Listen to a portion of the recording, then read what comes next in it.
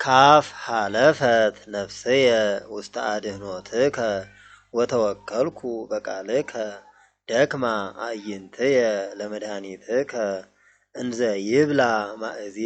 ያስተፌስሐኒ እስመ ኮንኩ ከመዝቅ ውስተ አሳትያ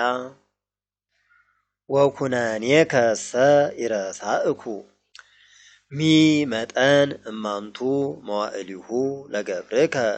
ማእዜ ትፈትህ ሊተ እምእለ ይሰዱኒ